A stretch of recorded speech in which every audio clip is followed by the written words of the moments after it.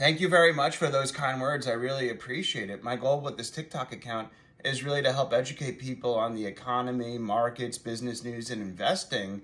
And financial education isn't really taught in schools. I think, in my opinion, it should be. And my goal through keeping up to date with market trends and business news in the economy is to help educate people on the economy and markets. And I try to keep up to date by listening to podcasts on investing, CNBC, investing books. I also read books on history, psychology, technology, globalization, and trying by getting more up to date in terms of information. My goal is to draw more generalized conclusions and connect the dots of what secular trends in the economy and technology are going to happen and how that'll impact the markets.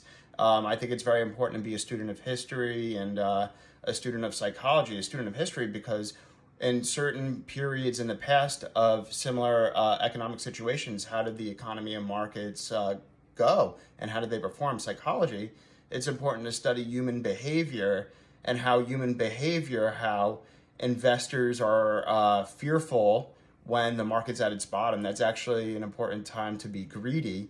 And investors are greedy when the market's at its top. That's an important time to be fearful and take some chips off the table.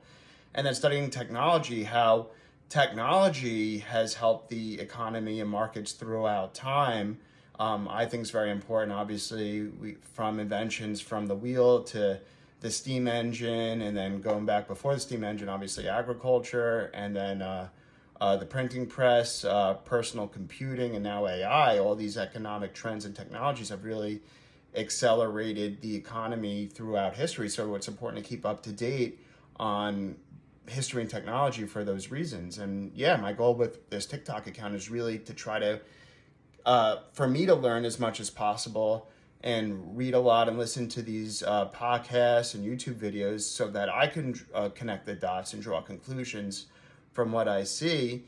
And my goal is to call balls and strikes and everything in the economy and markets I see going on and try to be as neutral and unbiased as possible. And I really enjoy lifelong learning. I enjoy connecting the dots. And it's also important, in my opinion, to be very open-minded and be willing to be contrarian. You know, you see headlines for certain news stories. If you just read those headlines, you might draw a certain conclusion. But if you actually seek the truth and try to dig a little bit underneath the surface, you might be ahead of the trend before the mainstream takes part in it. So I think that's very important. And for the same reason, it's important to be radically open-minded too, so that you're more willing to seek the truth and find these trends early on, whether it's in technology, in the economy, and markets, and be willing to be a contrarian. So my personal opinion, I think it's very important to be radically open-minded and be willing to be a contrarian and not just take headlines at face value. And I think that's very important to be an investor, in my opinion.